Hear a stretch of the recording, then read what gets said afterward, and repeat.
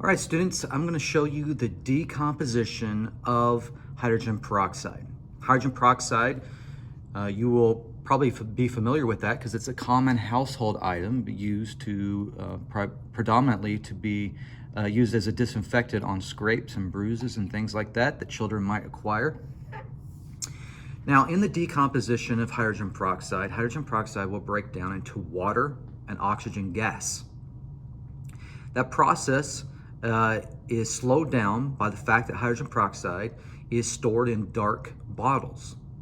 Light actually helps to accelerate that decomposition reaction. But when hydrogen peroxide decomposes, it releases oxygen gas, and of course, gas will produce bubbles as it comes out of a liquid. Now, as you can see here, the hydrogen peroxide has been sitting here outside of its bottle here for a while now, and as we look, there's not much bubbling that we see. Now there is oxygen that's being released. It's just such a small amount that we cannot see it. And the question is, what would happen if I added a chemical? This chemical is called manganese dioxide.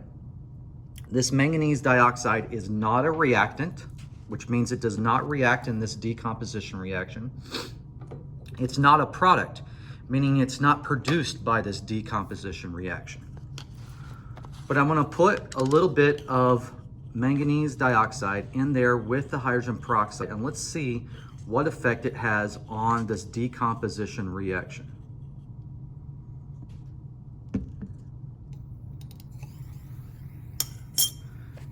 As the student can see, now we get a lot of gas coming out of there.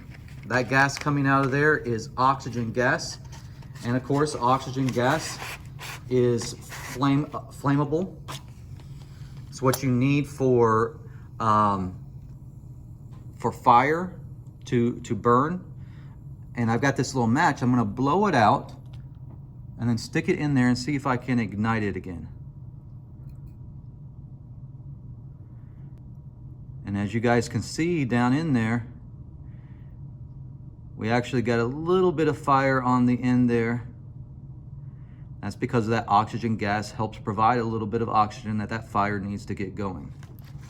All right, so there is the decomposition of hydrogen peroxide.